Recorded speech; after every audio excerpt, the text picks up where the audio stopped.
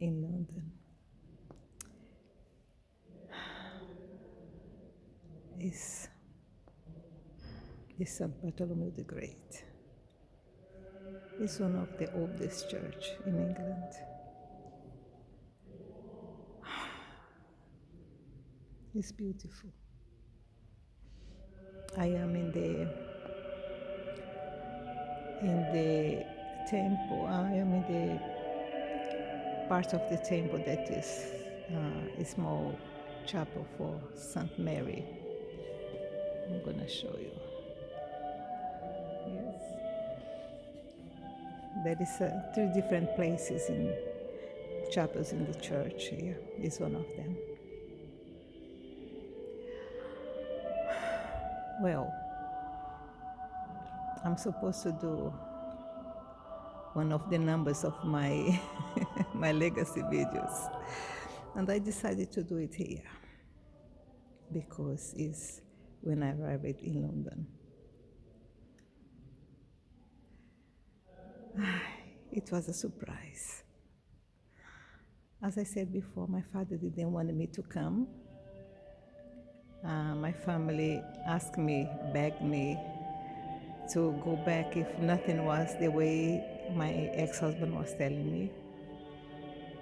And so when I arrived here, 24th of June 1994, I came with my 4 kids. Camila was 5, Naina was 7, she just turned 7. Anna was 12, just turned 12, and Rodrigo was still 11. So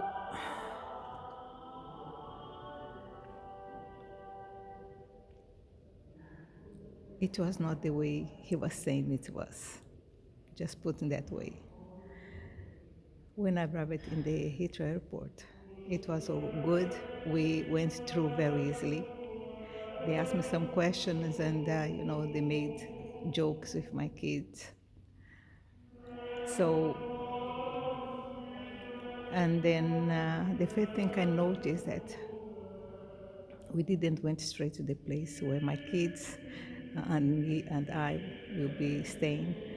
We were, they dropped me everywhere and, going to here and there, house of these people, the other people.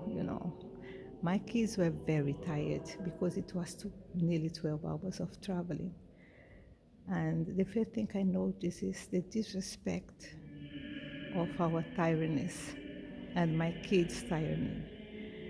Rodrigo was already with headaches because he has this problem of when he's stressed, he have a very big migraine from when he was very young. So I noticed that Camila was getting very tired, and she was, just wants to be by my side, and Naina also, both of them feeling very insecure because it was a lot of people going around, oh, you managed to come in, etc. And I was so tired. I just want to be in a place where I can rest and put my kids to bed and allow them to rest also.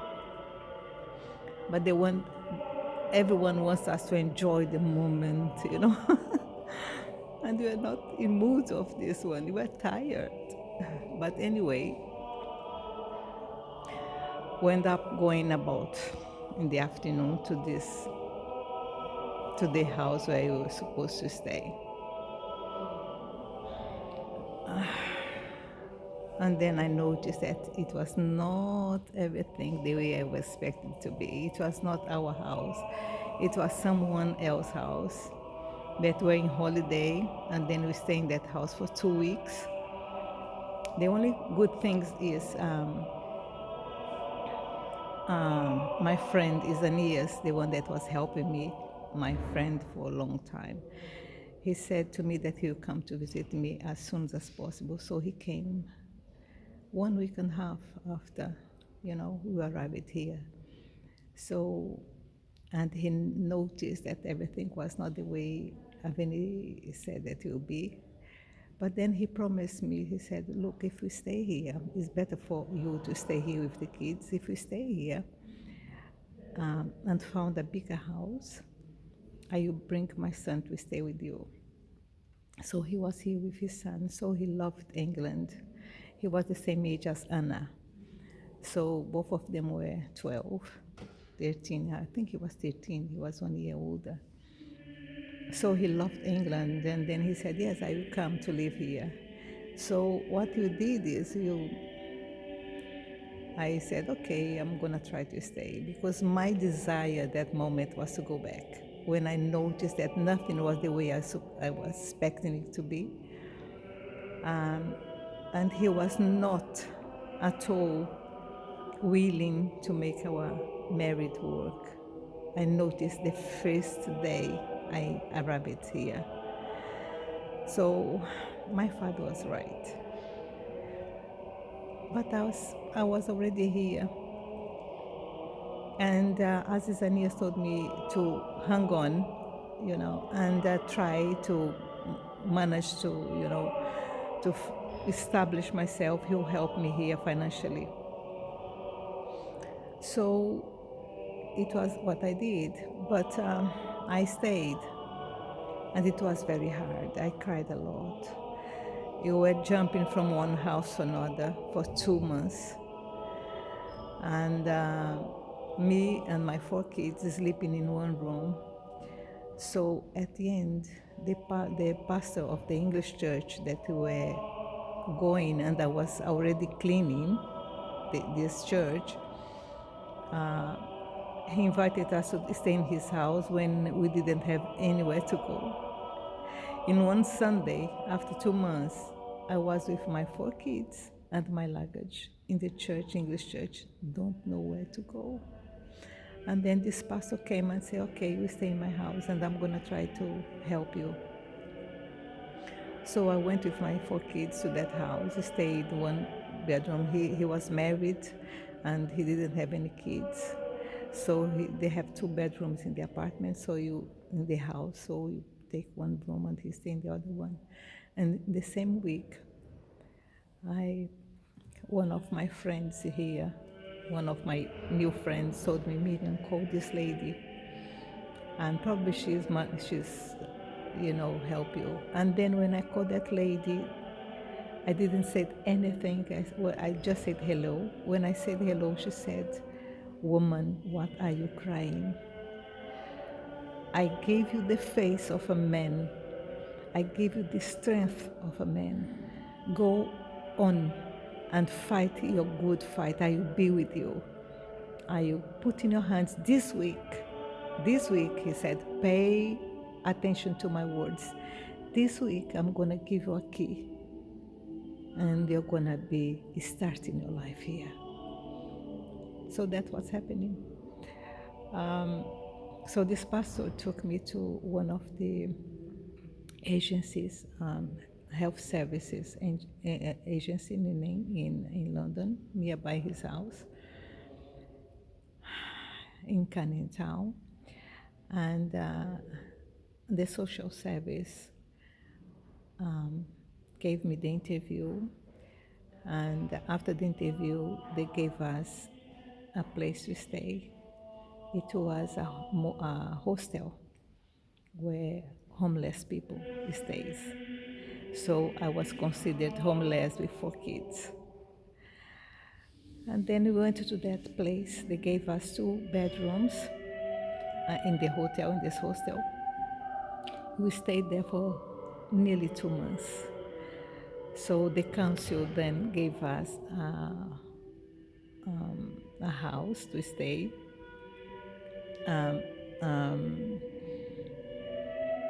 In Plasto.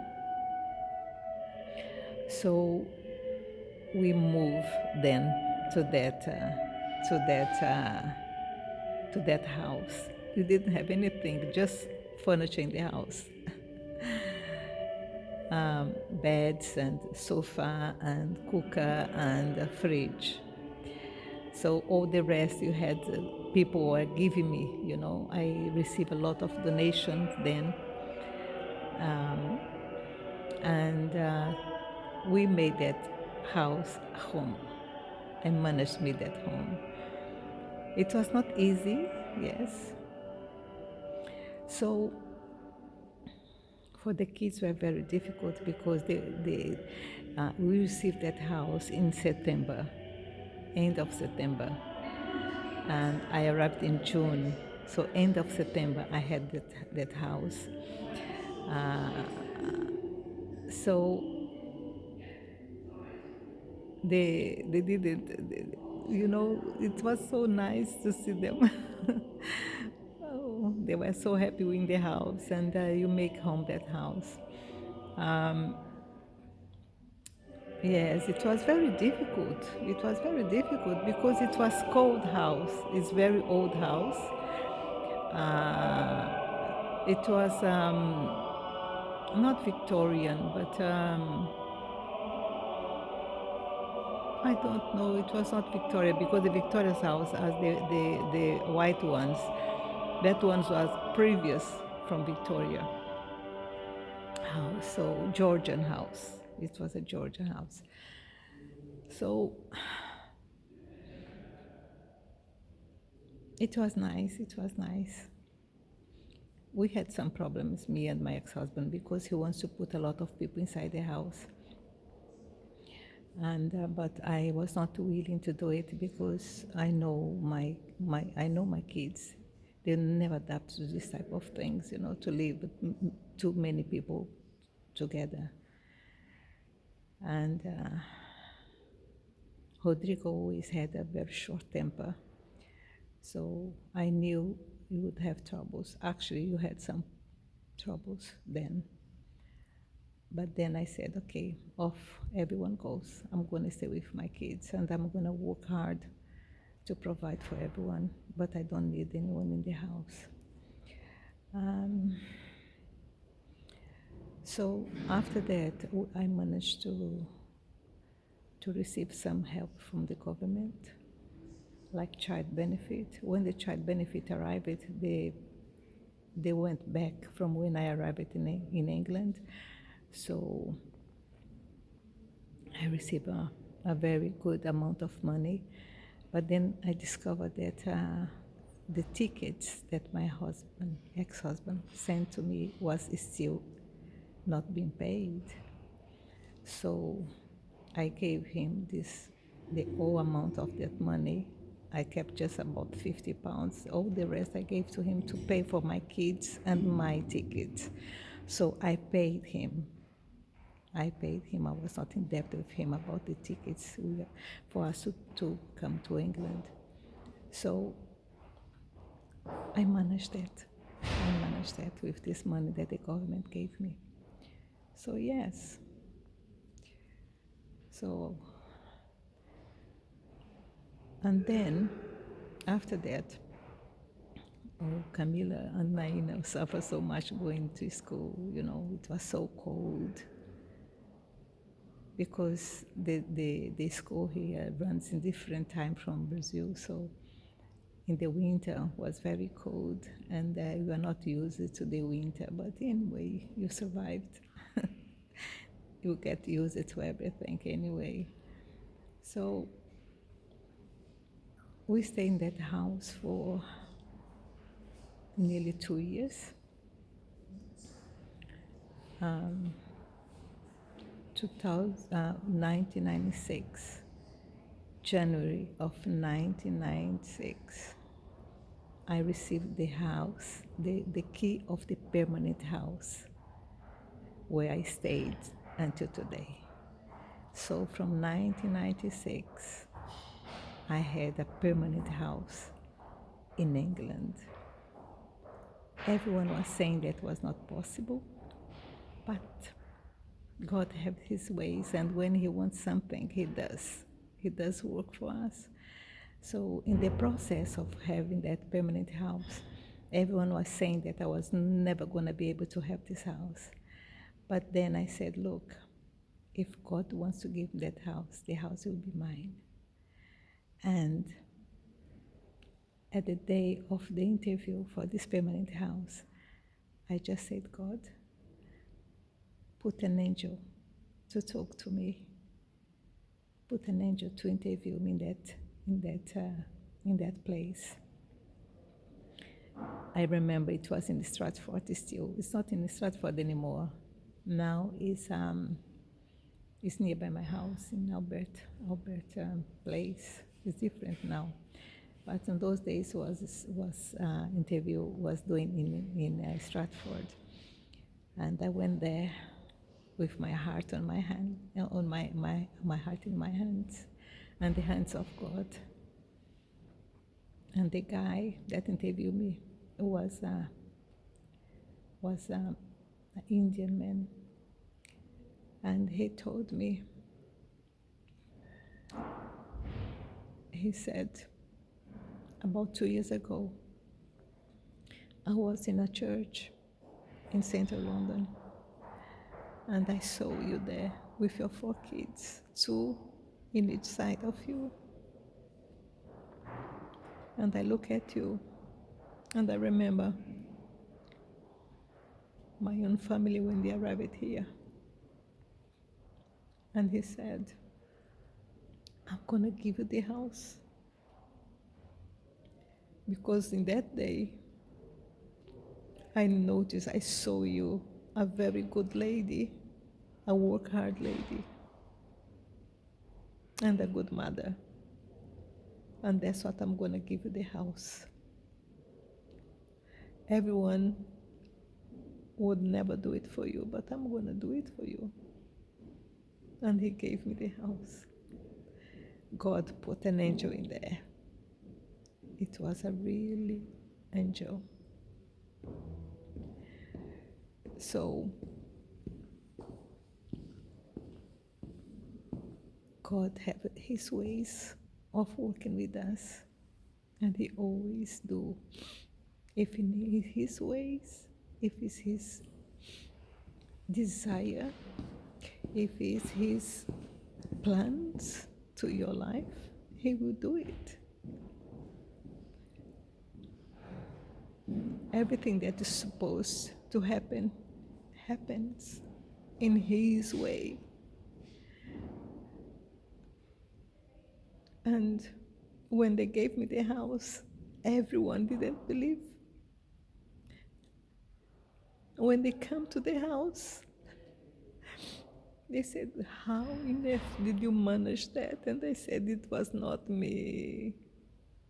If it was not for me, it was not me. I haven't done anything. He did. It's a big house, 4 bedrooms house, 3, the base and 2 floors up. And it was the better house from every single Brazilian that arrived in England, in London. Not because I am special. No, I'm not special. I just believe. I just believe that miracles is possible. Today, 27 of February 2022, we need another miracle. That's what I'm doing this video here in the church, because I knew if I did in my house, I will cry all the time. I'm crying now, but not as much as I would be if I was doing this video in my house, because the earth is in war. And I was looking at the families, Ukrainian families arriving in Romania, in Poland. I was looking at it, and I put myself in them, because when I arrived here, I was with just my luggage. And when I was looking at them arriving in Poland or Romania, other countries, just with luggages and 4 kids, 3 kids, 2 kids. And I said, okay, I was praying for them because I know what that means. I have been there, not in a war, and it was hard. You can imagine a war. So that's what I'm doing this now. I'm gonna stop this video because the service in the church is gonna start. I want to be in the church in the service. And